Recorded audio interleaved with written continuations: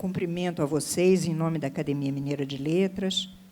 A Inês não pôde estar aqui agora, mas eu acho muito importante o que está acontecendo nessa parceria entre a Academia Mineira de Letras e a Escola Brasileira de Psicanálise, seção de Minas Gerais, porque os encontros têm sido muito densos, muito interessantes, e todas as pessoas que têm chegado têm comentado isso. Parabéns, viu, Laura? Está, assim, muito... E eu chamo, então, a Laura Rubião, que é a curadora desses encontros, para apresentar para vocês o tema e os palestrantes. Boa noite, então, a todos. Hoje, nós elegemos o Borges, né, que foi um autor que, quando a gente estava pensando, né, o programa, foi um autor assim, inevitável, né, porque ele tem a obra inteira, a gente pode dizer assim, né, atravessada, né, de uma forma muito contundente por esse problema, né, do tempo, que ele trata de uma forma assim, tão original, né, inusitada. Então, nós elegemos o Borges e deixamos assim esse título, né, O Tempo na Obra de Borges, de um modo mais genérico, exatamente porque nós não tínhamos como escolher, né, escolher qual obra, qual texto, qual conto, porque são muitos, né? Então, nós deixamos assim, a gente tem tentado cuidar disso, né, assim, na divulgação, já colocar, quando possível, né, um texto específico, mas, dessa vez, o título ficou assim, mais genérico. Os nossos dois convidados, né, que eu vou chamar para já comporem aqui comigo a mesa, é Eneida Maria de Souza e o Ramandil, né?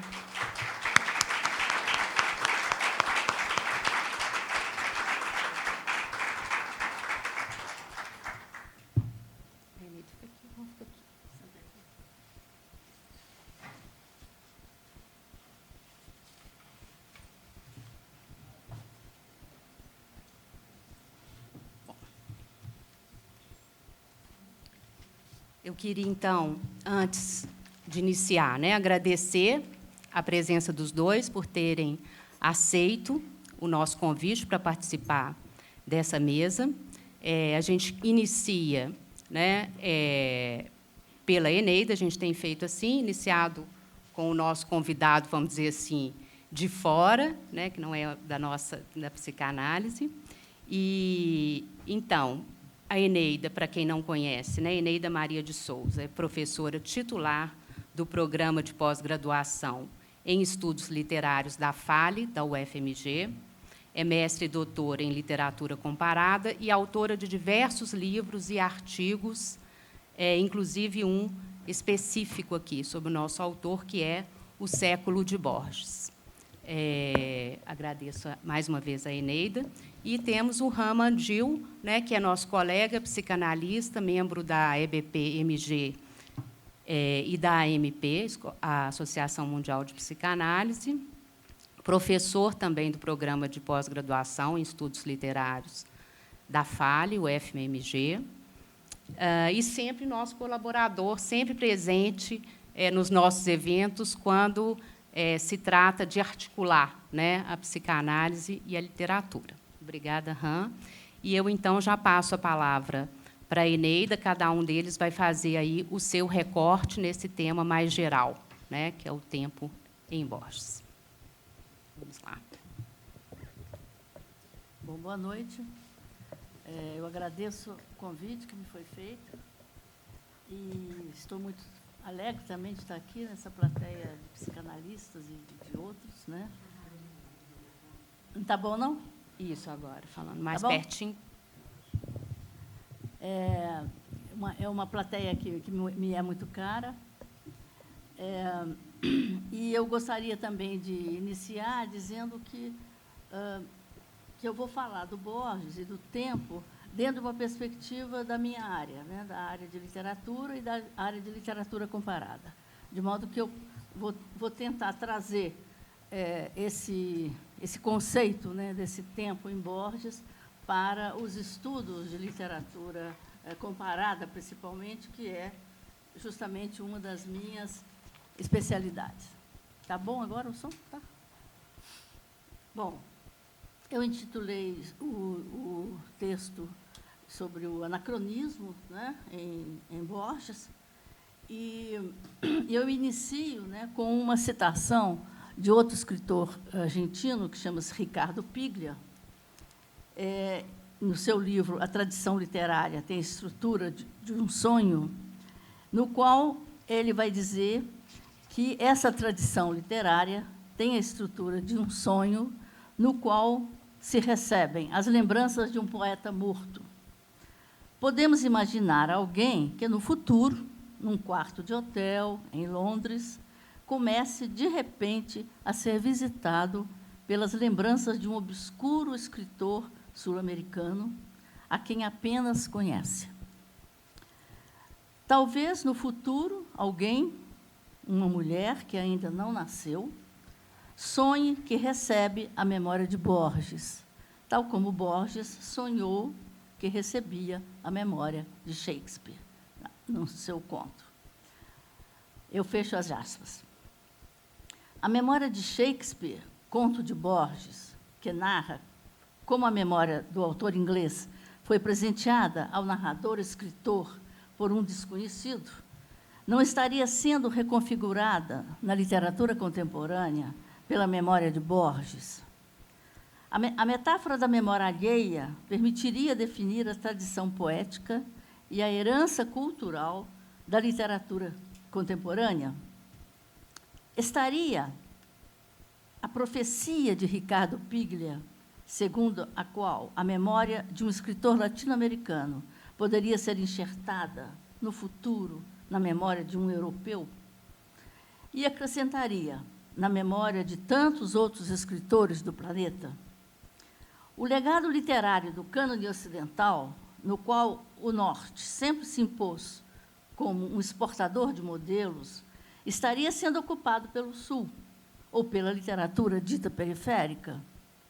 Ou ainda, a escolha dos precursores literários, realizada com a passividade da influência contra a passividade, não poderia ser lida como prisão, mais do que como presente recebido, por sua vez, como uma herança? Essas considerações iniciais foram motivo de um texto, por mim, escrito sobre Borges, intitulado A Memória de Borges, por meio do qual eu pretendo articular a relação com o trajeto teórico da obra de Borges. A percepção de ser a propriedade autoral, categoria há muito discutida, entende-se aqui até que ponto as associações entre conceitos independem do momento em que foram criados, embora sejam datados e de quem recebeu também essa assinatura. O estatuto autoral não se inscreve pelo sentimento de posse, mas como invenção e como diferença, pelo diálogo desconstrutor com o outro. Sem a pretensão de valorizar esse lugar diante do quadro composto por representantes do pensamento estrangeiro entre nós, eu ressalto aqui a memória de Borges como incentivadora de um dos empréstimos do crítico para a apropriação, construção do conceito, como uma ruptura das noções de fonte e de influência. Reitera, assim, a conhecida premissa do escritor argentino de ser o autor aquele que desconsidera origens, por ser ele quem elege os seus precursores. Nesse sentido, consegue-se entender claramente um dos motivos de dispensar este entre-lugar como um diluidor de fronteiras rígidas entre temporalidades e espaçamentos culturais e refletir sobre o deslocamento como uma regra básica desse movimento. O deslocamento implica, assim, a saída de lugares fixos, da voz autoral e do culto da personalidade, com a intenção de romper a relação mimética com o outro e considerá-lo na condição de diferença pelo gesto incompleto do suplemento. Esse outro, portanto, metaforiza-se ainda em várias imagens, no sentido de estar o autor-leitor esvaziado do signo de propriedade, aberto ao diálogo, à fala e à linguagem, esta também carente de autoridade. Entre vozes restauradoras e sobreviventes, escritores se encontram e passam a conviver imaginariamente com os seus precursores, em que são rompidas as cadeias sucessivas de causa e efeito, anterioridade e posteridade, próprias do pensamento hegemônico da influência. A ideia de precursor, no entender de Borges, define-se pelo afastamento do passado como mestre e como pai de discursos futuros, ao se inscrever como um espectro de novos autores. Eu cito: o fato é que cada escritor cria seus precursores. Seu trabalho modifica nossa concepção do passado, como há de modificar o futuro. Nessa correlação, não importa identidade ou a pluralidade dos homens. Fecho as aspas. Liberta-se, assim, o autor da passividade inerente à ideia de herança e de filiação, tornando-se contemporâneo de quem escolhe como parceiro. O procedimento anacrônico dos encontros entre escritores pertencentes a épocas distintas propõe a desobediência aos parâmetros temporais, pela concepção simultânea entre presente, passado e futuro. Pierre Menard, autor de Quixote, um dos grandes contos de Borges, instaura na pauta literária e na crítica comparada a leitura periférica como resistência à submissão do tempo, caracterizado na sua sucessividade e na sua teleologia. Endossa o anacronismo como uma técnica nova, por recusar a concepção de história literária segundo moldes hierárquicos e excludentes. A autoria sofrerá igualmente outros contornos, pelo deslocamento da sua natureza absoluta. Eu cito Borges nesse texto. Menard, talvez sem querê-lo, que é um poeta, né, que ele imagina, enriqueceu mediante uma técnica nova, a arte fixa e rudimentar da leitura, a técnica do anacronismo deliberado e das atribuições errôneas. Essa técnica de aplicação infinita nos leva a percorrer a Odisseia como se fosse posterior à Eneida e o livro Le Jardin de Saint-Saëns, de Madame Henri Bachelet, como se fosse de Madame Henri Bachelier. Essa técnica povoa de aventura os livros mais pacíficos. Atribuir a Louis Ferdinand Céline ou a James Joyce a imitação de Cristo não é suficiente renovação dessas tênues advertências espirituais. Eu fecho as aspas.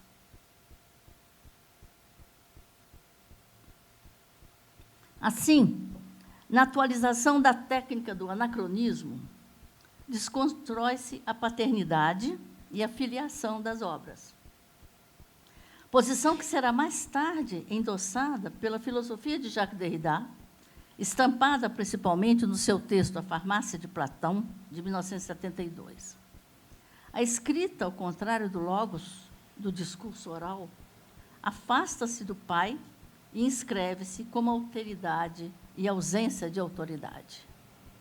Na condição de simulacro da fala, a escrita é ainda interpretada como parricida, desfazendo-se a ligação com a origem. No outro ensaio de Borges, Kafka e seus precursores, Borges insinua que a prática de romper com a sequência temporal necessariamente aponta para a fragilidade autoral. O engendramento dos precursores implica a aceitação, da parte de quem assim se comporta, da parceria como razão de ser da criação. O escritor argentino defendia, portanto, com base nessa equação, o anonimato, a transformação da obra em bem comum, desvinculando-se da presença autoritária do criador e despindo-se das insígnias de propriedade. A extrema visibilidade que a autoria poderia adquirir ao longo do tempo pulveriza-se no gesto contrário, nos dizeres de Borges, o da invisibilidade do autor como sujeito pleno no ato criador. Nessa operação, Borges se impõe como imagem do escritor clássico, anônimo, despersonalizado, embora o ato responsável pelo desaparecimento seja, ironicamente, o momento de uma maior fulguração póstuma. Um dos maiores desejos do escritor concentra-se na transformação da humanidade em ideal de construção coletiva dos saberes, em que cada indivíduo seja capaz de se considerar artista e criador. O anonimato significaria a recusa de hierarquias e de propriedade autoral, uma vez que se postula o gesto democrático de recepção e produção do conhecimento. As afirmações do escritor argentino quanto ao anonimato reveste-se de certa pose de intelectual, ao se abdicar da fama conquistada e de permitir ter sua imagem diluída entre tantas outras. Não é de se estranhar, portanto, que um escritor, ao atingir o anonimato, estaria penetrando no reconhecimento popular e se integrando de uma forma plena ao cânone universal. Nas palavras de Borges, eu cito: espero chegar a uma idade sem aniversários, sem coleções, sem museus. Tem um conto que se intitula Utopia do Homem que está cansado, no qual se supõe que todo homem se dedica à música, que todo homem é o seu próprio Brahms, que todo homem se dedica à literatura, que todo homem é o seu próprio Shakespeare. E, mais tarde, quando morre, destrói-se toda a sua obra, porque todo homem é capaz de produzi-la. E, desde então, não há clássicos, e não há memória, e não há bibliotecas, porque todo homem pode produzir uma galeria ou pode erguer e construir uma casa. Que não tivesse, que nenhum indivíduo tivesse nome, que todo livro que se publicasse fosse anônimo. Fecho as aspas. Elege, assim, os precursores, com a intenção de reforçar o lugar teórico entre e o insere na dimensão cultural como futura estratégia no combate à dependência. A presença de Borges, ao lado de Derrida, inscreve o pensamento na congruência de precursores, os quais se caracterizam por um pensamento comum quanto à diluição de paradigmas temporais e asserções de ordem filosófica. Não é gratuita a escolha de autores cujo perfil intelectual oscila, né, entre ensaio e ficção, no caso de Borges e de Derrida, filosofia e literatura. São escritores que se situam entre lugares flutuantes do saber, espaços ambivalentes, responsáveis pela quebra do raciocínio binário, ao optarem pela convivência paradoxal entre os termos a serem negociados. A crítica ao racionalismo já estaria implícita na presença do latino-americano e do filósofo argelino, Jacques Derrida. E, curiosamente, a filosofia francesa de décadas anteriores permanece ainda atual, motivando o acréscimo de associações a serem feitas, com a diluição do tempo contínuo para a compreensão das reviravoltas racionalistas frente ao tempo. O texto de Deleuze-Guattari, intitulado Rizoma, de 1976, incluído em Mil Platôs, de 1980, é exemplo dessa atualidade em relação às premissas de Borges quanto ao anacronismo. Na concepção comum de um espaço paradoxal, que afeta todos os acontecimentos, não se cogita a aceitação da linearidade das descobertas, mas na simultaneidade operada em relação às mesmas. O conceito de rizoma, desenvolvido pelos autores, é análogo à desconfiança quanto às raízes, as árvores genealógicas e a obediência às origens. Posições essas assumidas pela crítica literária da época e pela literatura, e atualmente endossadas por grande parcela de teóricos contemporâneos. Situando-se em oposição às noções de hierarquia e verticalidade imputadas às influências, os textos de Deleuze-Guattari são um exemplo do aspecto paradoxal das associações entre os termos, situando o caminho do meio, a saída para o raciocínio binário e, portanto, nada impulsiona a preocupação com o que veio antes ou com o que veio depois. Nas palavras dos filósofos, outra lógica se descortina a favor da dissolução dos fundamentos. Mas eu cito Deleuze-Guattari, mas ainda é a literatura americana e já inglesas que manifestaram este sentido rizomático, souberam mover-se entre as coisas, instaurar uma lógica do e, reverter a ontologia, destruir o fundamento, anular fim e começo. Fecho as aspas. Retomando agora a epígrafe de Ricardo Piglia, escritor latino-americano, em perfeita simetria com Borges, e é um grande estudioso da obra de Borges,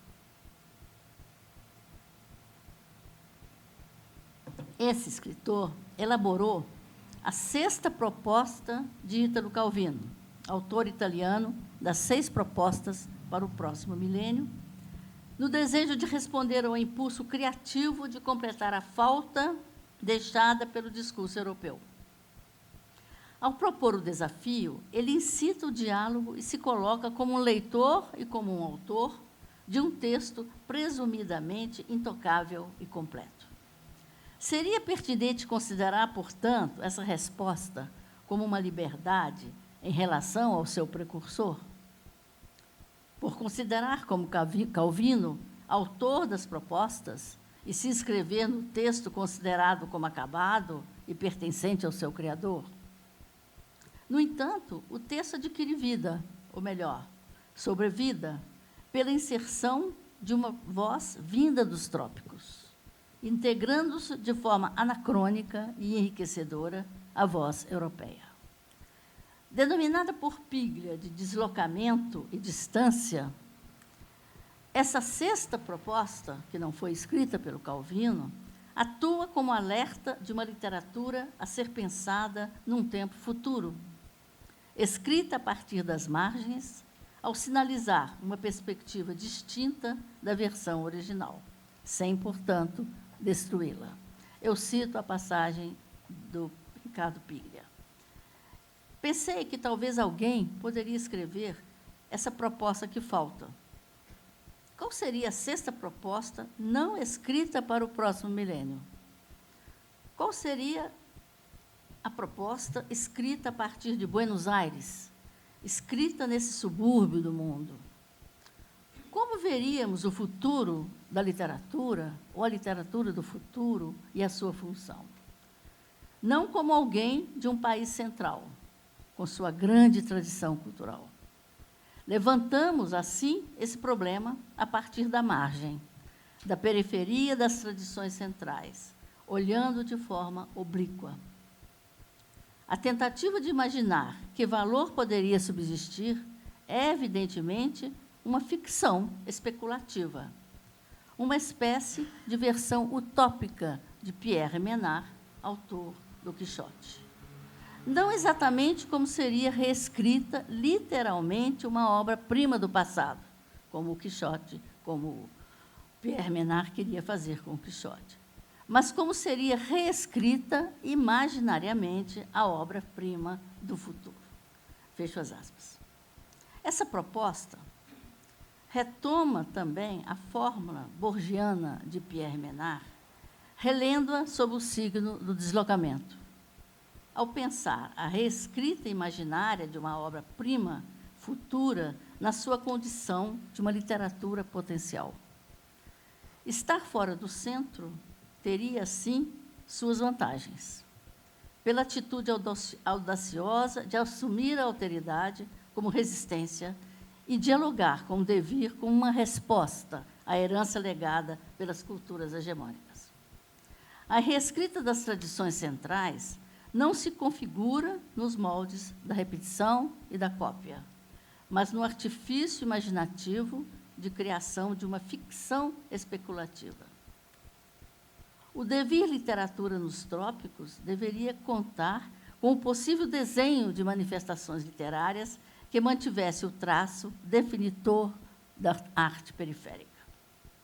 Não resta dúvida de que os estudos de literatura comparada dos últimos 40 anos são devedores da contribuição inestimável de um grupo de intérpretes interessados em reverter posições colonialistas e em repensar os impasses e equívocos da situação pós-colonialista em termos políticos e como resultado da desconstrução derridiana. A esperança de alguém no futuro receber a memória de Borges, como este recebeu a memória de Shakespeare, seria um desejo alimentado também por todo escritor latino-americano, ao propor a mudança de paradigma por meio dos discursos de inserção, esperança de uma dimensão futura e talvez invertida, em que não se problematiza mais o lá e o cá, uma vez que os lugares tornam-se intercambiáveis e paradoxais. Por reforçar o aspecto paradoxal das temporalidades, tem-se como proposta a atualização permanente de temas e de conceitos, com vistas a afirmar não serem os fatos anteriores à origem de outros que lhes sucedem. Descortina-se, com efeito, a releitura que, obrigatoriamente, deverá ser feita pelas culturas europeias, pelas culturas periféricas, quanto à hegemonia cultural estrangeira, pela rasura nas origens e na filiação canônica da literatura. Didier Berman, um filósofo contemporâneo, procede à interpretação do conceito de sobrevivência warburgiana com a intenção de associar as relações históricas com a cultura e os conceitos aprimorados por diversos pensadores. Ele contribui, de forma elucidativa, para a reformulação dos conceitos de anacronismo e de periodização presentes em Borges. E eu cito: a sobrevivência, segundo Warburg, não nos oferece nenhuma possibilidade de significar a história. Impõe uma desorientação terrível para qualquer veleidade de periodização. É uma ideia transversal a qualquer recorte cronológico. Descreve um outro tempo. Assim desorienta, abre, torna mais complexa a história. Numa palavra, ela a anacroniza, impõe o paradoxo de que as coisas mais antigas, às vezes, vêm depois das coisas menos antigas. E eu apenas termino essa minha pequena fala lembrando que eu trabalhei nesse meu livro, O Século de Borges, com o conceito do Aleph, né, que é justamente a máxima expressão dessa questão do tempo, né, em Borges, em que ele vai caracterizar, né, o autor, né, do Aleph como um poeta empolado e decadente.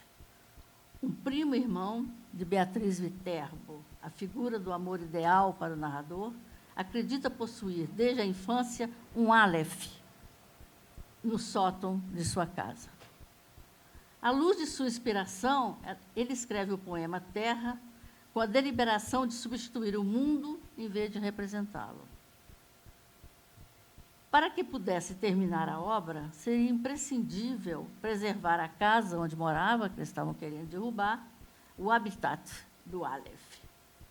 Então, essa proposta do Aleph, né, que está presente no conto, para mim, vai funcionar como uma espécie de uma poética do Borges inteira, que percorre toda a poética do Borges, que pode ser interpretada assim, essa obra, como a reduplicação do símbolo por ele mesmo criado, que é o Aleph, que se apresenta como um traço significativo para a compreensão irônica do cosmos como totalidade, a partir de sua operação redutora desse espaço.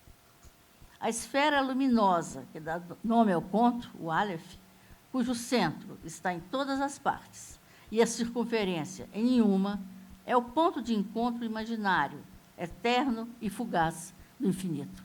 E é onde ele vê também, né, fragmentariamente, todas as imagens possíveis e imaginárias através dessa visão. A vivência desse instante, revelador e de extrema luminosidade para o narrador, tem a dimensão paradoxal da plenitude e do vazio ao mesmo tempo. Por se tratar de um acontecimento destituído de sucessão temporal e da tridimensionalidade do espaço. Ao criar ficcionalmente esse Aleph, Borges aproxima-se de conceitos metafísicos, sem, contudo, pretender a transcendência. Ciente da impossibilidade desse propósito, ele ensaia, no momento presente da escrita, o salto no vazio.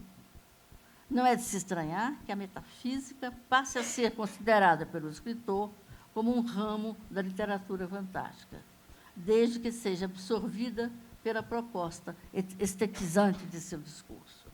Então, eu termino fechando com essa ideia, né, maravilhosa, que é bastante explorada na obra do Borges, que é a imagem do Aleph. Obrigada.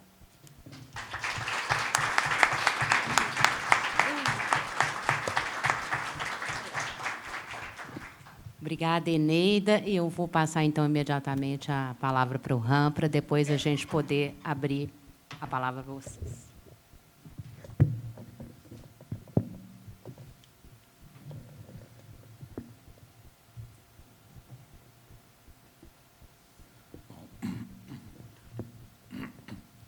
Bom, boa noite a todos. Agradeço mais uma vez, está dando para ouvir? A oportunidade de poder estar presente aqui numa mesa na Academia Mineira de Letras e compartilhar essa mesa com a professora Eneida, que uma referência para nós nos estudos literários, não é? Como vocês puderam comprovar aí também na apresentação. A minha ideia está reverberando, não está? Para você está bom o som? É porque acho que é só aqui. Então, será que a gente desliga? Bom, vou seguir. Segue? Bom. Então, o que eu pensei em apresentar aqui para vocês, para a gente poder conversar, se dá efetivamente em torno dessa discussão sobre o tempo, ou essa problematização do tempo que a gente encontra na obra do Borges, não é? Que atravessa essa obra do início ao fim, a gente pode dizer isso, não é? E, ao mesmo tempo, da gente poder perceber ou tentar articular as problematizações que o Borges apresenta, seja nos seus contos, seja nos seus ensaios a respeito do tempo, como que isso ressoa também nas reflexões, no debate que a gente encontra no campo da psicanálise e até também, a gente pode dizer, no mundo contemporâneo, né? A nossa experiência temporal nos dias de hoje, como isso também vai se modificando com o tempo, não é? Com a passagem do tempo, né? Seja com esses aspectos, não é? Com esse valor que foi introduzido na cultura a partir, por exemplo, do movimento futurista, da velocidade tida como um valor da cultura, não é? Normalmente, a gente tende a pensar que uma coisa que se efetiva mais rapidamente é melhor do que alguma coisa que se efetiva mais lentamente. Então, a velocidade passou a ser um valor de cultura, né? E, ao mesmo tempo, a gente percebe uma tendência a experimentar as coisas da vida cotidiana ao nível temporal, com uma perspectiva, vamos dizer assim, que eu poderia dizer dessa maneira, como uma perspectiva, uma tendência de redução do tempo a zero, quase como uma tendência à eliminação do tempo, ou à eliminação da espera, o tempo vivido como espera. Tem aqui um trecho que me chamou a atenção de um americano, Regis McKenna. Ele publicou em 1997 um livro com esse título, 97, Tempo Real, preparando-se para tempos do consumidor nunca satisfeito. E ele descreve dessa maneira o que poderia ser o mundo futuro, não é? Que não, vocês vão ver como que isso é próximo, não é? E ele diz dessa maneira: imaginem um mundo no qual o tempo tende a desaparecer e o espaço parece tornar-se completamente maleável. Quase todas as tecnologias de hoje tendem a reduzir a zero o gasto de tempo para adquirir e usar uma informação, para tomar decisões, para dar partida a uma ação, para distribuir recursos, para inovar. Ou seja, de alguma maneira, esse é um ponto que a gente vive no mundo atual, que é a noção de tempo real, né? E que a gente percebe que é alguma coisa que tende a eliminar vamos dizer assim, a espera entre a informação que chega e a resposta que é dada. Todos nós, não é, vivemos circundados por tecnologias que funcionam no tempo real. Não é? Desde um airbag, não é, de um carro, não é? A partir da pancada, o airbag é acionado imediatamente, então não há a tendência que não haja espera entre a ação e a resposta. Como também muitos aplicativos, como que a gente utiliza, o Waze, não é, o Move, tudo isso tende a dar informação em tempo real. Não há a expectativa de que não haja demora entre a informação que chega e a resposta que sai. Ou seja, de um tempo que ele chama aqui de tempo reduzido a zero. Eles até cunharam o neologismo, que é a medição da qualidade de resposta de uma tecnologia em tempo real, que eles chamam de real-timeness de uma tecnologia, não é? Essa capacidade de reduzir a chegada e a partida, quase como se elas fossem simultâneas, sem delay. Estou dizendo isso que parece uma coisa completamente distante do que a gente imagina que esteja nos textos do Borges, mas a minha leitura, que eu acho que vai um pouco nessa direção, de ver como várias das questões apresentadas pelo Borges em relação ao tema do tempo, né, problematizam exatamente a noção de tempo tal como a gente a experimentava, ou vinha experimentando, vamos dizer assim, na cultura até recentemente. Né.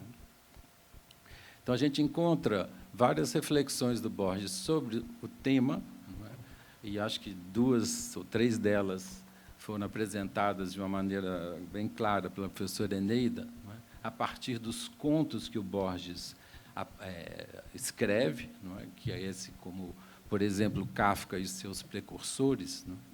Que é um texto fantástico, realmente, não é? Uma referência dos nossos estudos literários, né? De como que um autor como Kafka, normalmente a gente pensa que um autor ele cria os seus seguidores, os seus discípulos, vamos dizer assim, e o Borges demonstra como que um autor, por exemplo, como Kafka, cria os seus precursores, cria escritores kafkianos que viveram em tempos remotos, em culturas completamente distintas, e que ele mesmo, o fato de ter existido Kafka, criou essa tradição retroativamente. Então, é um movimento temporal regressivo, se a gente puder dizer assim. E o mais interessante, não é que eu acho que nesse conto do Borges, é que ele chama a atenção, não é que esses vários escritores, e nesse pequeno conto ele vai enumerando, né, vários desses escritores kafkianos que viveram muito antes do Kafka, como que eles, como os textos deles não se parecem nada entre si, mas se parecem todos com Kafka. Então, de alguma maneira, você vê como que a introdução de um acontecimento temporal repercute progressivamente, mas também retroativamente. Então, esse é um ponto bem interessante que eu acho na apresentação desse conto. E isso que a professora Eneida trouxe também, que é uma referência que está no Pierre Bernard, autor do Quixote, não é? A prática do anacronismo deliberado. Não é? Você lê, por exemplo, vários exemplos ali, não é? No finalzinho do texto, não é? Você lê um autor pensando que ele fosse outro. Não é? Ou você lendo um livro achando que ele tivesse sido escrito depois de um outro, mas, na verdade, foi antes. Você pensando que esse autor escreveu esse livro em tal época, mas não foi. E você lê esse livro. Ele não chama isso de um erro, não é? Ele chama isso de um modo de leitura anacrônico, não é? Contra o tempo, não é? De certa maneira, e que contra o tempo cronológico, vamos dizer assim, e que produz efeitos de leitura que são tão interessantes quanto a leitura cronológica. Enfim, mas eu queria destacar aqui um pouco mais, em relação a essas reflexões do Borges sobre o tempo, alguns textos que vão por esse lado de uma investigação metafísica, não é, que ele mesmo utiliza essa expressão, não é? E a professora Eneida acabou de dizer aí, não é, que para Borges a metafísica é quase que um ramo da literatura fantástica, não é? Então, de certa maneira, ele se aventura por aí, não é? Tem um texto dele que ele diz: as minhas reflexões sobre o tempo, por exemplo, são as de um argentino extraviado na metafísica. Então, de alguma forma, esse campo do que ele chama de metafísica, que a gente conhece,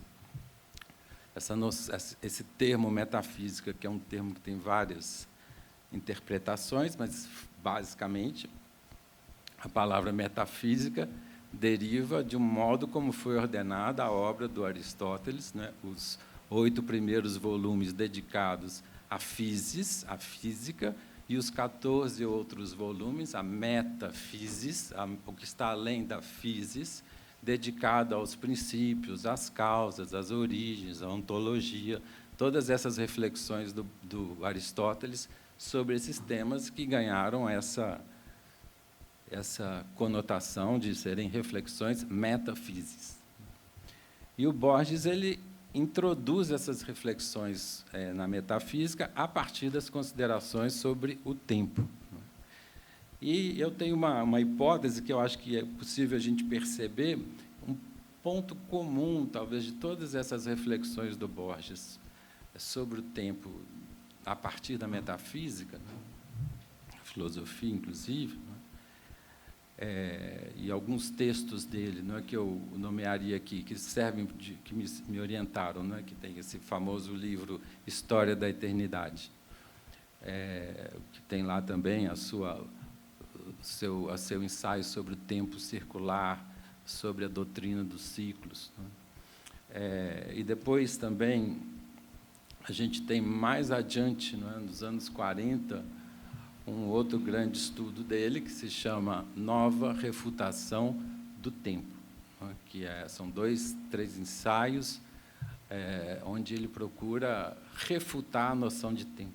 Eu acho que esse seria um ponto comum que a gente pode extrair da obra do Borges, que é uma refutação da noção de tempo, o tempo entendido como um fluxo, como uma sucessão, como uma continuidade, como uma flecha que vai do passado, passa pelo presente e vai rumo ao futuro. Essa noção de tempo, como esse tipo de fluxo, me parece que é um exercício que o Borges faz ao longo dos ensaios e mesmo dos contos, procurando, de alguma maneira, refutar essa ideia. Não refutar a noção de tempo em si, mas refutar a noção de tempo como essa sucessão, como essa continuidade de instantes que vão se adicionando um ao outro e que do passado vai em direção ao futuro. Junto com isso, vai uma certa crítica do Borges também, a noção de progresso. Isso a gente encontra no prefácio que ele escreve à Invenção de Morel, do Bioy Casares, e que ele acha que essa noção de progresso nossa, está na nossa bandeira, que essa noção de progresso ela é derivada dessa ideia do tempo, que sai do passado para o presente e vai no futuro. Ele chama a noção de progresso de uma superstição, que é a ideia, o progresso, como essa ideia que a gente tem de que hoje está melhor do que ontem e que amanhã vai ser melhor do que hoje. Isso, para o Borges, é mesmo da ordem de uma superstição. E que isso não tem nenhum... É uma maneira de viver o tempo que não corresponde ao que a experiência subjetiva e coletiva nos apresenta. Bom, eu queria falar um pouquinho, então, sobre esse texto, A História da Eternidade, e que já é um texto de 53. No Borges é assim, a gente tem que prestar atenção também nas ironias dos títulos que ele propõe. Você dizer História da Eternidade é um contrassenso, porque se tem eternidade, não tem história. A história ela pressupõe que, de alguma maneira, você tenha essa sequência ou cronológica, alguma coisa dessa natureza. A noção de eternidade é a ausência de tempo. Não existe, vamos dizer assim, necessariamente um fluxo temporal na ideia mesmo de eternidade.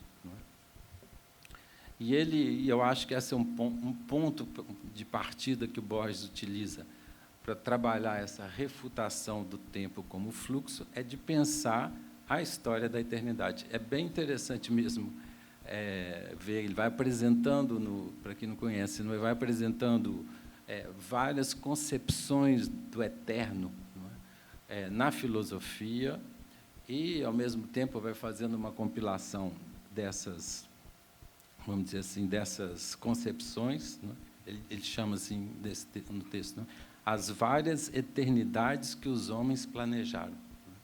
Ou seja, a ideia de eternidade é um produto da criação humana. E, bom, ele não vou entrar aqui nos detalhes, porque ele vai tomando cada uma das escolas com relação a isso. E ele diz, de certa maneira, é uma primeira crítica à noção do tempo como sucessão. Você pensar a eternidade, a abolição do tempo. Isso tem repercussão no campo da filosofia, no campo da religião, e em vários outros campos, sobretudo no campo subjetivo e mesmo no campo afetivo e amoroso. A ideia de eternidade, de que alguma coisa se coloque, se posicione fora do tempo, ou que vá ser para sempre, como a gente normalmente pensa, por exemplo, nas relações afetivas, isso é um derivado dessa noção mesmo de eternidade. Em algum momento desse texto, Borges faz a seguinte constatação, que o estilo do desejo é a eternidade. Ou seja, essas noções que a gente tem de felizes para sempre, ou de amor eterno, tudo isso, de alguma maneira, ou que algo dure para sempre, tudo isso, para Borges, é o estilo do desejo que clama pela eternidade. Bom, então, lembrei aqui o famoso soneto lá do Vinícius de Moraes, o soneto da fidelidade, chama assim, inclusive, o soneto da fidelidade, no finalzinho ele diz assim, que eu possa lhe dizer do amor que tive, que não seja imortal, posto que é chama, mas que seja infinito enquanto dure. Então, de alguma maneira, essa perspectiva de que algo se projete para fora do tempo, que não sofra o desgaste do tempo, que esteja imune a queda produzida pela experiência temporal. Tudo isso, de alguma maneira ou de outra, é uma experiência da eternidade que a gente também cultiva, vamos dizer assim, nas nossas relações diárias, né? E o Borges, ele mesmo, nesse texto, ele apresenta lá o que ele chama de uma teoria pessoal da eternidade, e ele relata isso que eu acho interessante, porque ele dá o testemunho de uma experiência que ele viveu, e ele repete esse mesmo relato da nova refutação do tempo, e que ele chama de ele caminhando pelos subúrbios de Buenos Aires, um belo dia, e ele constata, passando por um lugar, e ele é atravessado por uma frase, um lugar da infância dele, e ele atravessado por isso, não é? Isso é o mesmo de 30 anos atrás. Esse lugar aqui é a mesma coisa de 30 anos atrás. E ele tem quase que uma experiência de despersonalização, ele mesmo diz, como se ele tivesse saído fora do tempo e percebido, naquele fragmento, que o tempo não passou ali.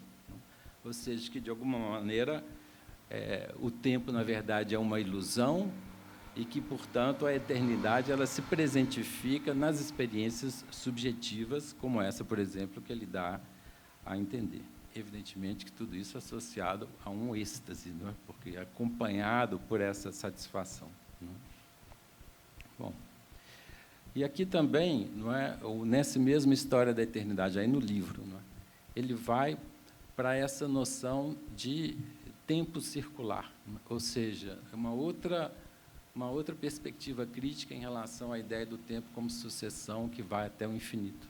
O tempo circular, que, de alguma maneira, o Borges, ele começa o texto assim: costumo voltar eternamente ao eterno retorno. Então, de alguma forma, essa noção, a noção de eterno retorno, né, que a gente atribui normalmente a Nietzsche, mas ela atravessa a filosofia muito antes de Nietzsche, de que alguma coisa do tempo, de que alguma coisa dos acontecimentos do mundo é da ordem de uma finitude e que, a partir de um determinado momento, as coisas tendem a se repetir.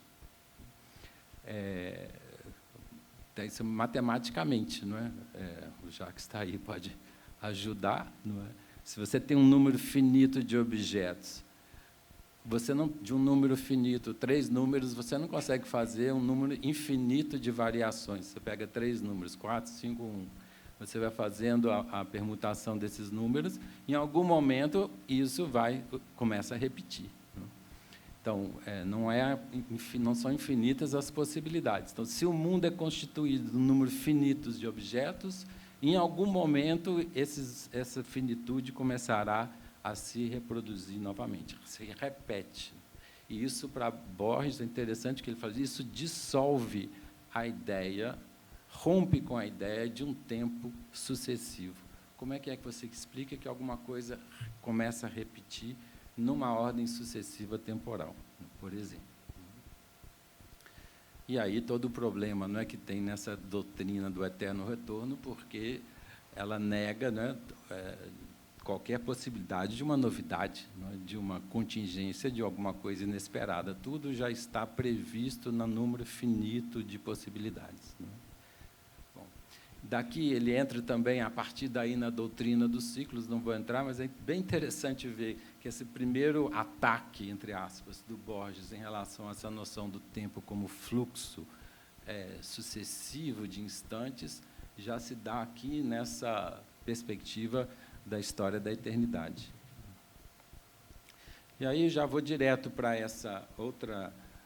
outro texto dele que se chama, talvez mais denso, não é, em relação a essas reflexões, que se chama Nova Refutação do Tempo, que, por sua vez, também já é um monstro lógico.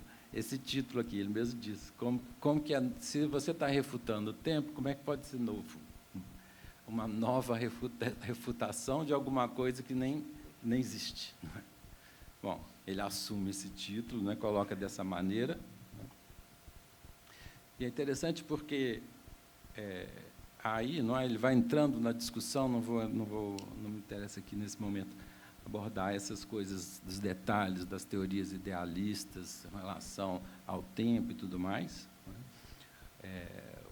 E ele termina, não é, ou pelo menos marca nessa primeiro ensaio da nova refutação do tempo, que a perspectiva dele é negar a série temporal, a continuidade, a ideia de que o tempo é contínuo, isso que o idealismo propõe, não é? De que as coisas têm uma certa continuidade.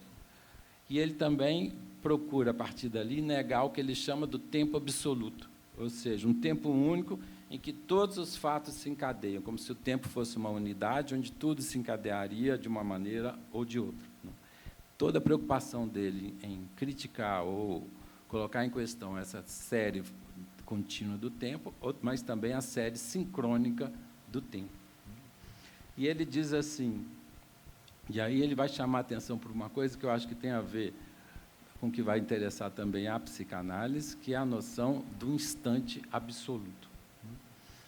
Ou seja, que é preciso perceber que essa ideia de um encadeamento, uma sucessão, de certa maneira, é uma ficção.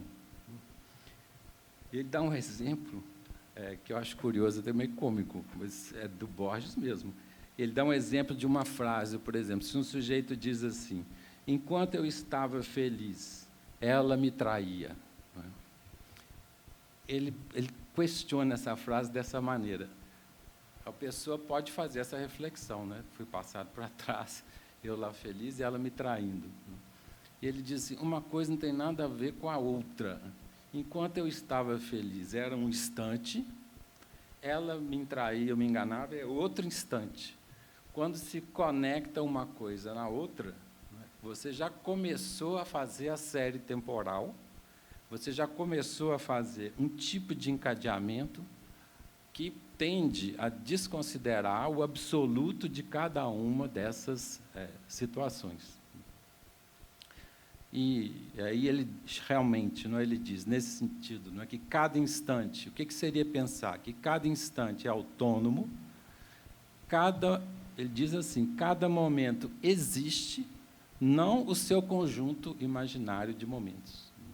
É nisso que a gente deveria é isso que a gente deveria dar atenção. Não é? Enfim, então, voltando, não é? Para ele, não é? Cada termo é absoluto, cada termo temporal é absoluto, é um instante. Portanto, a negação do tempo é negar a ideia de um encadeamento sucessório desses instantes, e cada instante absoluto, e negar também o sincronismo, vamos dizer assim, entre um instante e o outro, como se eles estivessem na mesma dimensão. Enfim, ele diz, as relações entre os termos de uma série, ou de duas séries, entre um termo de uma série ou de duas séries, ele diz, é produto da consciência. Ou, no nosso linguajar, é um semblante, de alguma forma.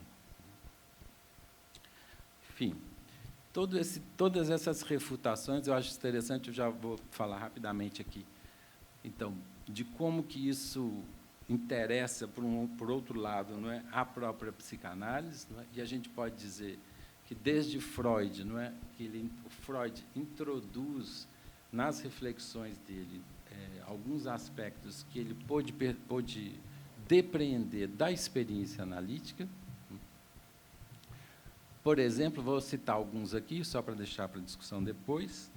A própria noção de uma estratificação do tempo e a própria noção, que a gente conhece, como a noção de trauma.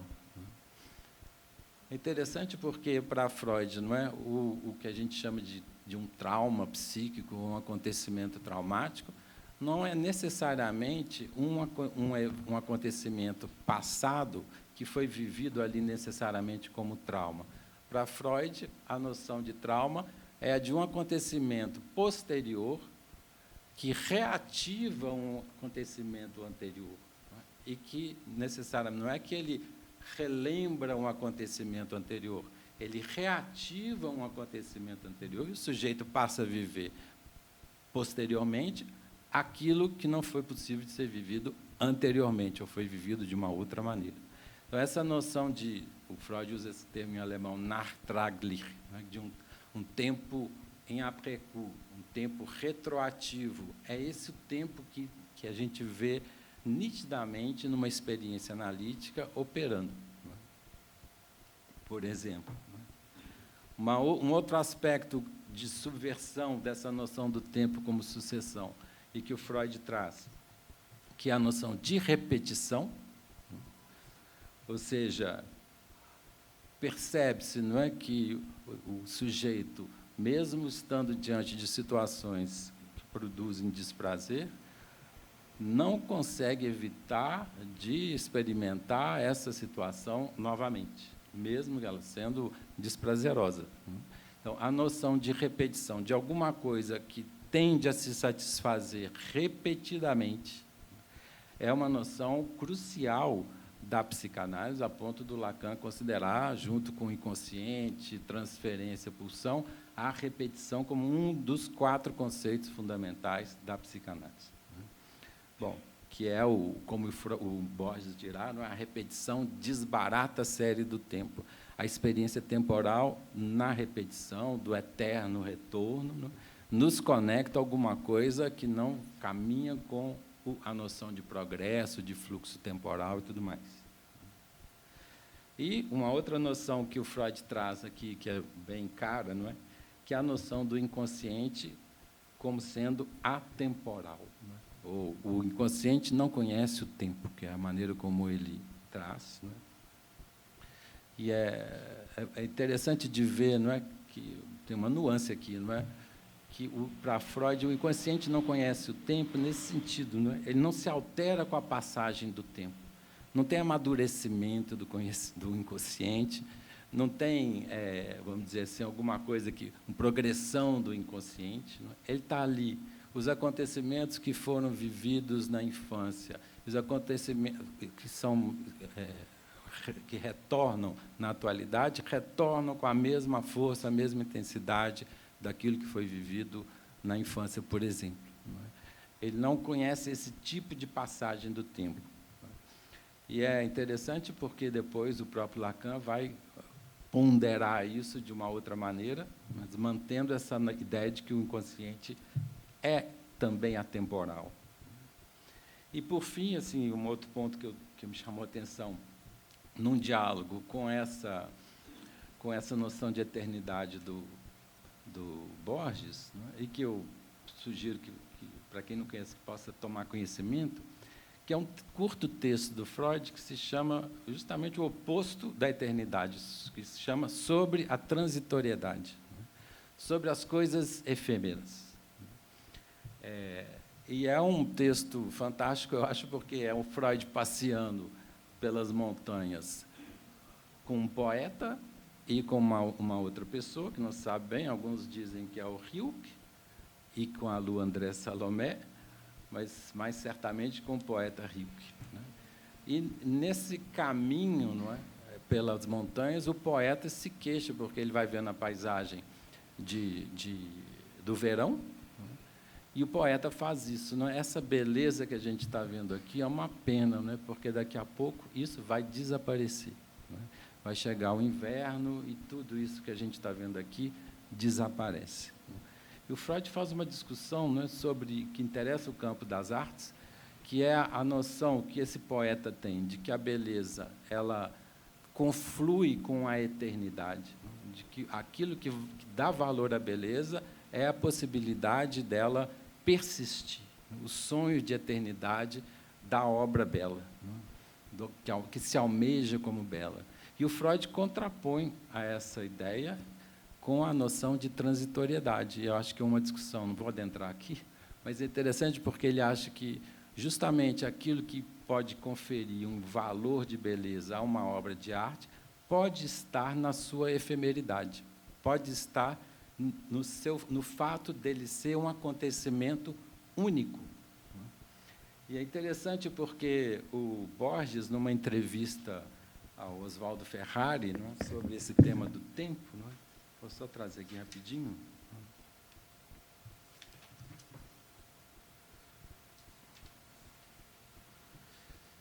eles começam a discutir sobre o tempo, e o Borges faz um certo elogio à noção da escrita anacrônica, como a professora Neida traz, né?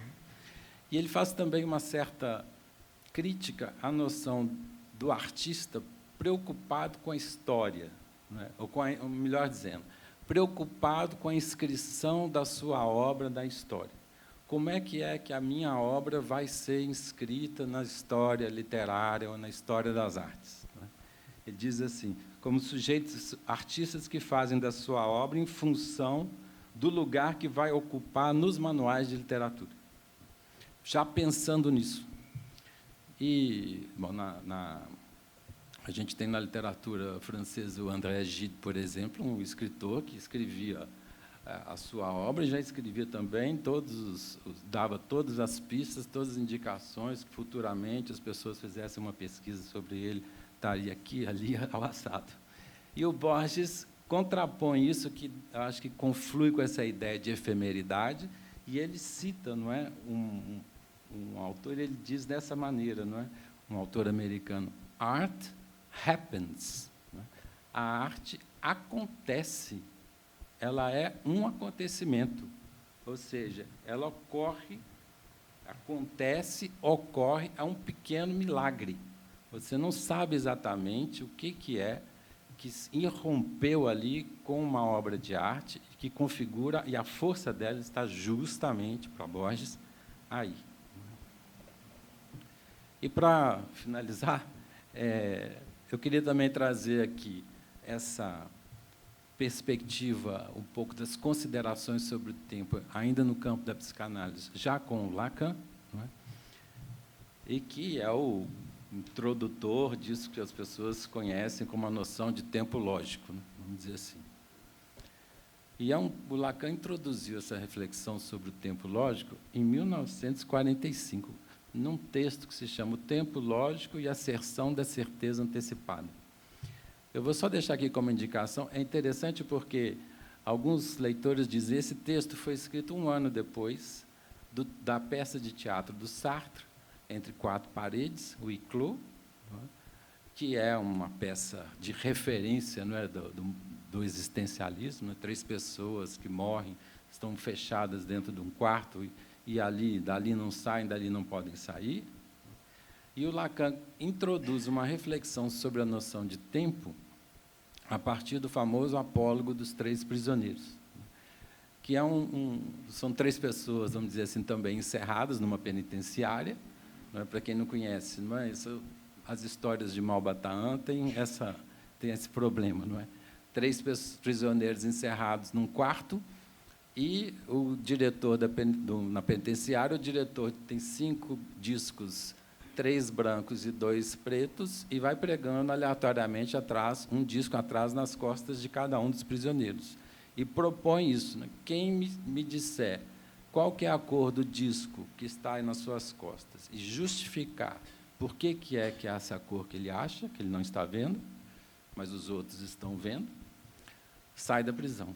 Então, todo o texto do Lacan sobre o tempo lógico é um texto de como o que faz com que esses prisioneiros começam a pensar e perceber do que está atrás no disco, nas costas do outro e no de si mesmo, as reflexões que eles podem fazer e a que eles não podem fazer, e como que essa experiência temporal, de como é que faz para sair, ela é toda tensionada, não é?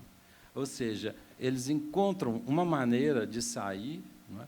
A partir do movimento dos outros, da pressa, da aceleração que o outro produz, e as conclusões que se vai tirando. Estou dizendo isso para dizer que um pouco as reflexões do Lacan nesse texto, né, mostram, né, que a noção de tempo, o tempo ele é vivido subjetivamente como tensão. Não é? Ele não é um tempo homogêneo, né? Ele é acelerado, ele é desacelerado. A gente vive certas coisas na urgência, na pressa, não é? Ou, às vezes, na espera infinita. Tudo isso é de uma dimensão subjetiva inseparável mesmo da noção de tempo. Não é? E é nesse sentido que eu acho interessante a gente pensar que a própria experiência analítica, quando Lacan introduz essa noção de tempo lógico, não é? borgianamente, não é? Ele vai contra essa ideia que o tempo vivido por um sujeito ele não é o tempo cronológico, necessariamente, nem é o tempo da sucessão. Existe uma dimensão subjetiva temporal, vamos dizer assim, indissociável, né, de qualquer experiência vivida de um sujeito. E é isso que, de alguma maneira, ele procura discutir. Vamos parar por aqui e aí a gente conversa. Então,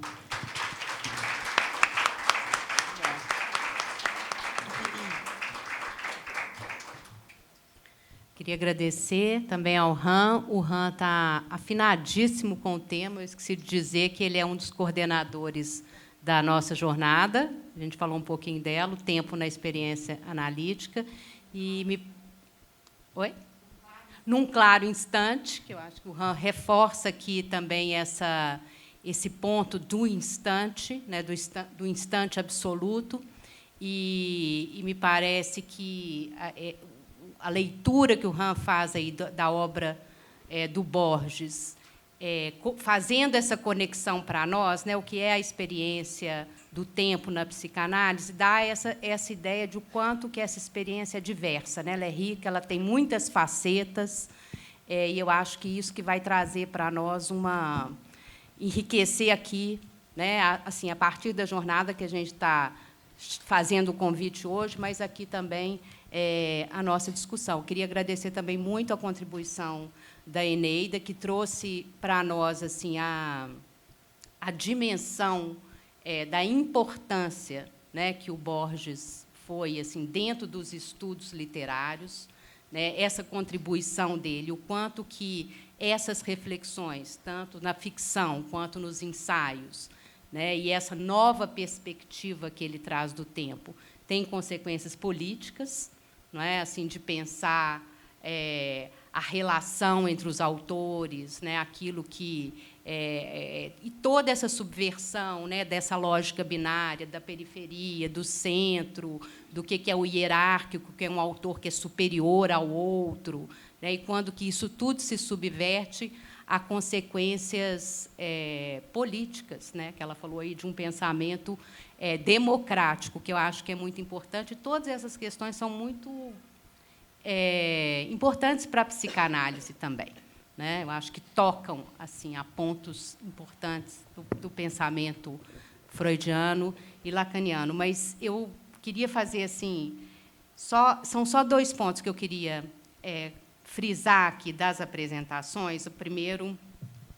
é esse, né, que a Eneida começa dizendo que, a partir da leitura de Borges, a gente pode entender a tradição literária como tendo a estrutura de um sonho, né? E com isso que o RAM ajudou a gente, assim, me ajudou a pensar assim, essa conexão com a psicanálise, isso que o Freud coloca que o inconsciente é atemporal, porque exatamente, né, com a experiência do sonho isso fica muito claro, né, como que as coisas não estão submetidas a essa hierarquia valorativa, quer dizer, a simultaneidade, né, o quanto que uma amálgama que se faz assim no sonho, né, a gente não tem como priorizar as coisas, elas estão no mesmo plano, né, e a gente não tem como fazer hierarquias e dizer que para um sujeito que ele traz ali como uma experiência de fato única, né, que para ele vai reunir toda a densidade ali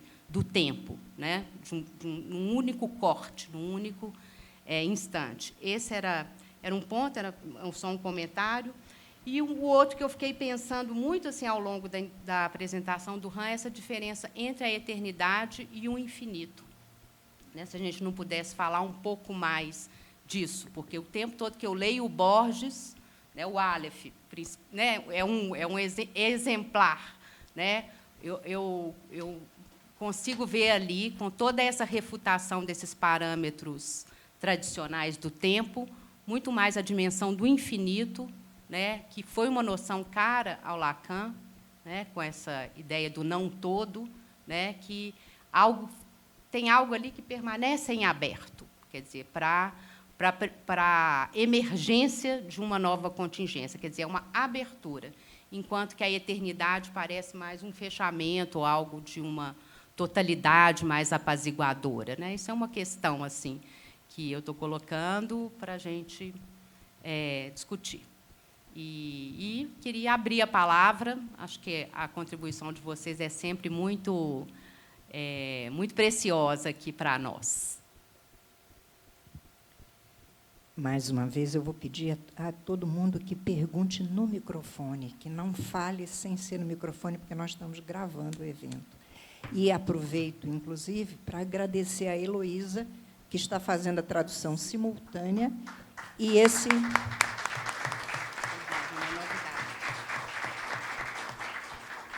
evento, então, poderá também ser apreciado por pessoas surdas, que não têm oportunidade de ouvir.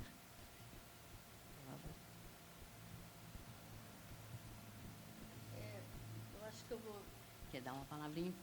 Podemos começar por aqui também.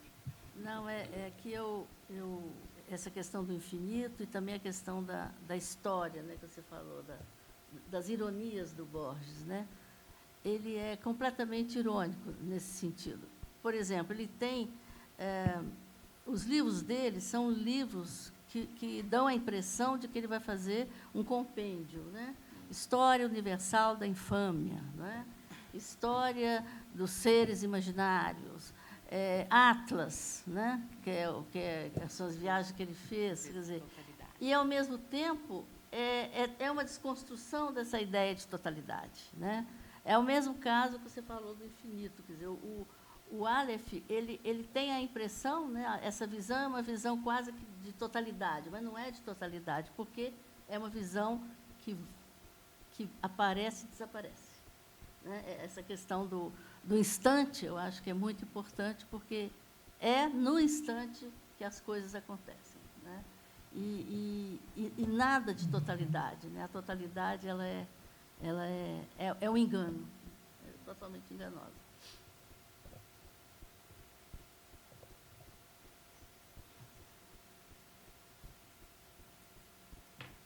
Acho que ninguém vai fazer. Ninguém vai fazer pergunta?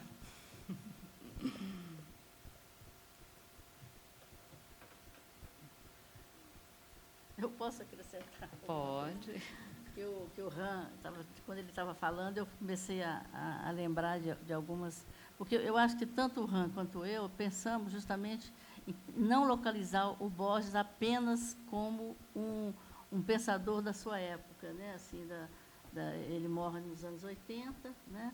Mas a importância que ele traz, no sentido de que é uma reflexão que hoje ela é muito atual, né? Ela é atualíssima. E quando você estava falando a questão do tempo, quando você começou dizendo, né, a questão do que o passado nem aconteceu ainda, os acontecimentos já passam tão depressa que você nem sente, né? Tem um filósofo italiano que chama Paulo Virno, que tem um texto maravilhoso que ele fala o seguinte, ele dá o nome de modernariato, que é justamente, as coisas nem aconteceram, mas já morreram, né? A questão das ideias mesmo, já está tudo ultrapassado, né? O nosso tempo tem essa mania, né? Esses conceitos já não existem mais, já está tudo ultrapassado, nós temos que pensar para frente, não é? Então, essa expressão dele é muito sugestiva, né? E o outro conceito também, que hoje a gente está trabalhando com esses conceitos e que a gente vê a importância, né? Acho que a gente tem que voltar a ler toda a obra do Borges, porque está tudo lá. É o conceito de contemporâneo, né? Do Agamben, que é muito importante também. Ele vai dizer o seguinte, o contemporâneo não é apenas o que você está vivendo, mas sim quando você vai contra o seu tempo, não é? É ir contra o seu tempo. Quer dizer, é você se deslocar do seu tempo. Quer dizer, então, essa postura de que você está sempre fora, né? Fora do lugar, deslocado. Né?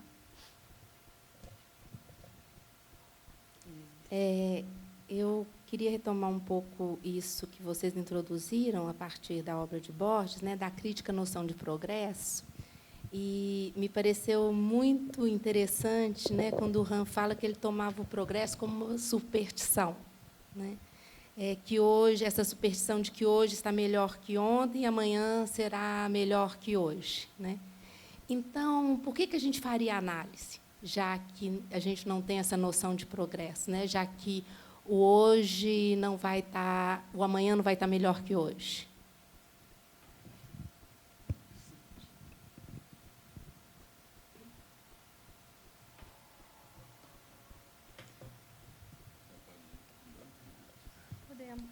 E vamos ver se as pessoas se animam aí. Esse é um ponto muito próprio, vamos dizer assim, da análise, não é?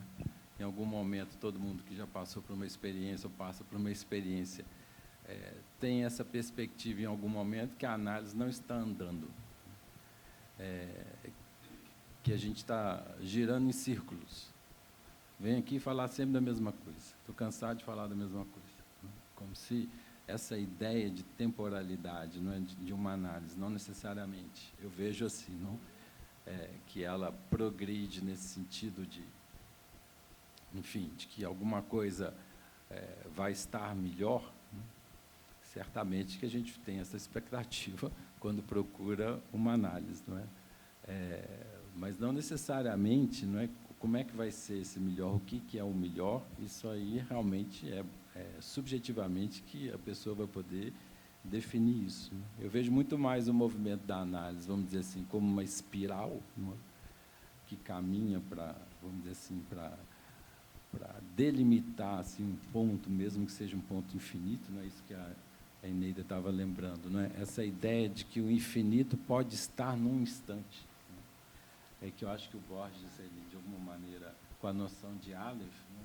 Eu acho que esse nome Aleph também ele não é, vamos dizer assim, aleatório, não é? Ele tem a ver com, acho que o Jacques vai poder falar alguma coisa disso, né, com os números transfinitos, não é?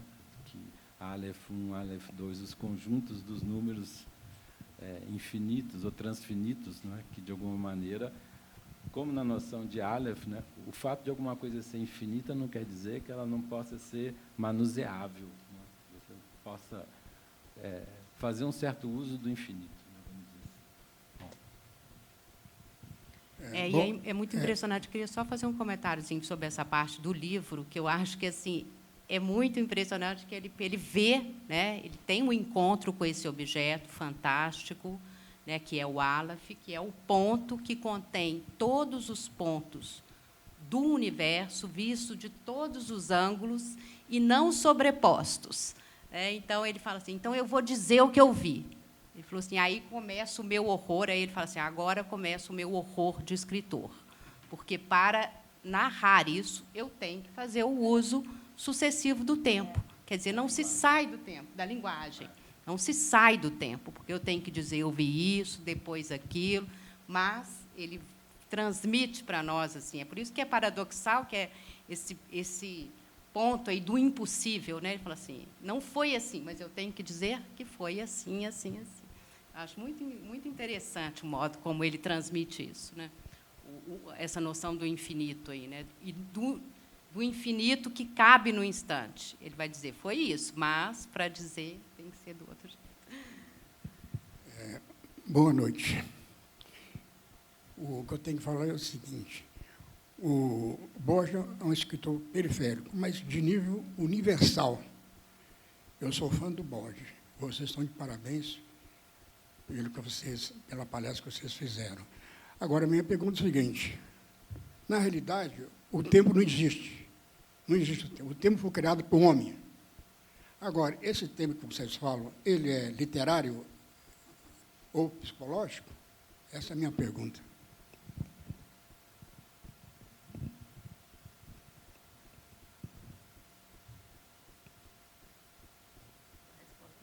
Tem mais alguma ali? Vamos ver se...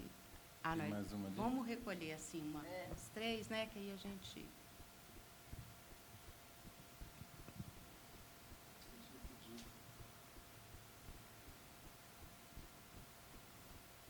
Mas não tinha, não. Tinha, não? Então, vamos. Eu acho interessante esse contraponto, não é? essa conexão da dimensão do tempo com a dimensão do homem, não é? Ou com a criatura, não é? Eu acho que isso, no contexto da religião, isso fica muito nítido, não é? Com esse contraste entre a figura de Deus como o eterno, então Deus não conhece o tempo, não é? E o ser humano, os seres criados que vivem na dimensão temporal. Não é? Se não me engano, até a igreja, por exemplo, é a igreja temporal, não é? Porque ela é vivida ao nível da espécie humana, não é necessariamente ao nível do eterno. Então, é realmente, não é, uma dimensão própria do ser falante, vamos dizer assim, ou do ser humano, não é? O tempo. Não é? E tem o Borges, ele termina essa nova refutação do tempo com essa frase que eu acho que vale a pena ler, porque realmente ele diz assim: o tempo é a substância de que sou feito. O tempo é um rio que me arrebata, mas eu sou o rio. É um tigre que me destroça, mas eu sou o tigre. É um fogo que me consome, mas eu sou o fogo.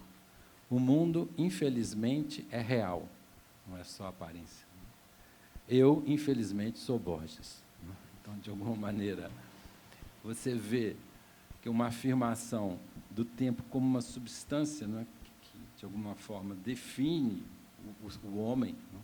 A dimensão temporal, é uma substância que cria ou que faz parte da criação humana, mas não necessariamente que define, como ele diz, eu sou Borges, mas não necessariamente que isso te garante uma identidade, porque mais à frente ele vai produzir esse texto, Borges e eu, não é?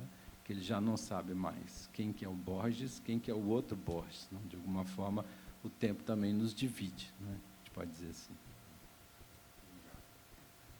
A sua pergunta é muito interessante, porque nós vivemos, né, dentro de um tempo cronológico, obrigado pelas leis, pela ordem, né, pela profissão. Você tem que, né, cumprir hoje o que às vezes você não cumpriu e que você fica com aquela crise de consciência. Você tem medo da morte, porque você não quer morrer, né? Quer dizer, esse desejo, né, de mortalidade, vamos dizer assim, esse desejo de que a vida não seja esse fardo que a gente carrega, é um desejo, né? Quer dizer, eu acho que acontece que nessa vida também, quer dizer, eu estou falando disso, mas eu estou falando da literatura também, porque eu acho que literatura e vida não se separam, para mim, é que existe o acaso. Não é? O que é o acaso? O que é o acontecimento? O que é o destino, né? Dentro da perspectiva mais religiosa, é o destino, né? Quer dizer, é aquilo que você não está esperando, é aquilo que acontece, né? E que rompe com toda a sua cadeia cronológica, com a sua cadeia de desejos, que a vida seja certinha, arrumadinha, e que vai se dar tudo certo, né? Que a sua família vai ser seus filhos vão ser iguais a você, etc. E tem o acaso é que inverte tudo.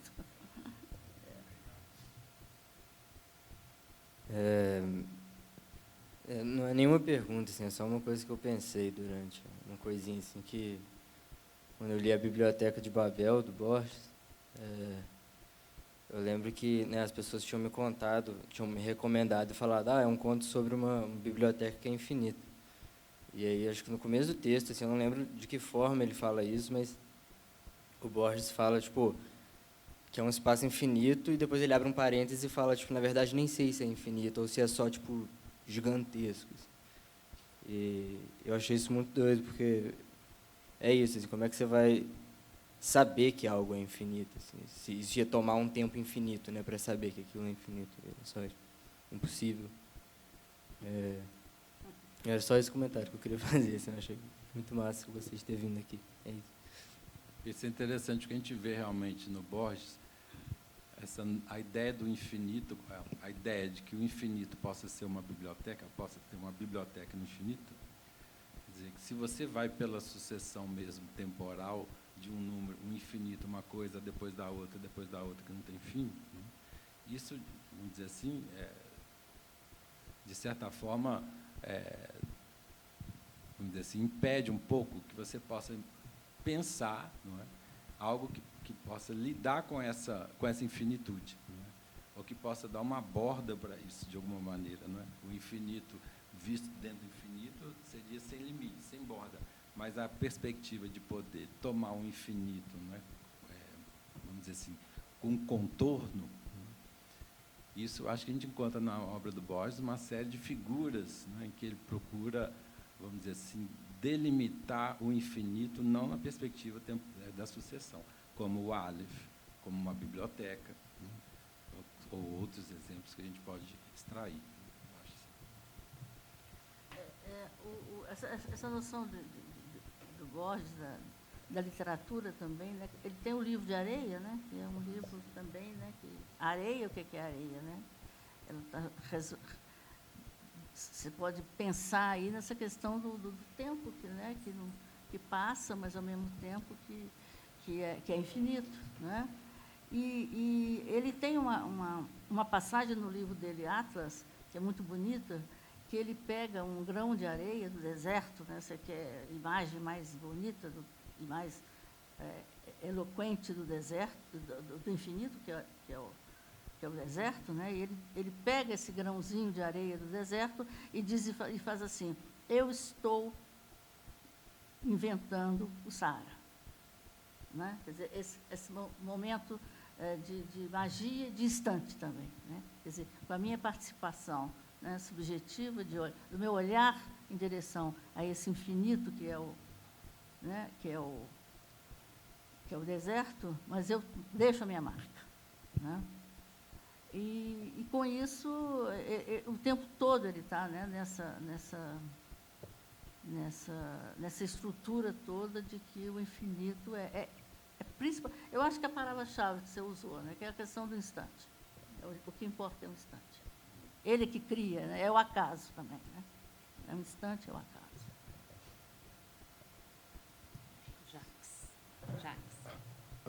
Oi, Eneida, oi, Han, tudo bem? Só uns comentários sobre o infinito, né, que o Han estava me falando, porque quando você analisa o Aleph é o primeiro infinito enumerável, então é o infinito que você está contando, que é isso que você está falando, 1, 2, 3, 4, e você pode contar até o infinito, né? Então você prova, de fato, que o infinito é infinito, porque você supõe que exista um número infinito, e aí você soma a ele mais um, e aí você gera uma contradição. E o conto da Eneida, o livro de Areia, já é um conjunto não enumerável. Então, é um infinito muito maior do que o infinito Aleph. Então, né, esse ciclo que o Han estava falando, eu acho que essas ideias são muito bonitas, né? De você contar eternamente e de você não conseguir contar, apesar de ser infinito. Né? E aquele problema lá do Lacan também, da asserção do tempo lógico, né, é também um problema na matemática que se chama muddy problem, que é o problema de você sujar a testa das crianças e saber quais delas estão com a testa suja ou não. É só um comentário sobre o infinito borgiano. Muito bem, falou matemática. É isso. A gente precisava de ouvir a palavra do matemático. Mais alguém, gente? Então, muito obrigada a todos, a vocês, e ao Han e à Eneida. Acho que a conversa foi muito boa, o tema é interessantíssimo, né? Acho que a jornada vai ampliar isso ainda mais para nós. E convidar para o nosso último encontro do semestre, que vai ser no dia 6 de novembro, para falar aí já, deslocando um pouco para o tema do sonho, o sonho e a irrupção do estranho em Murilo Rubião. A gente que a nossa mesa ficou assim, essa ideia do estranho também, né, com o sonho, acho que vai ser extremamente interessante.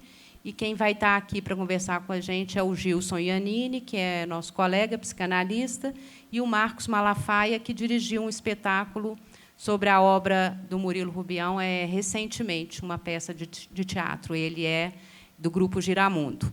Então, vai ter um pouco de imagem também, a gente vai sair um pouco do formato clássico aqui da conferência, do texto. Tá bom? Esperamos vocês. Um abraço. Boa noite.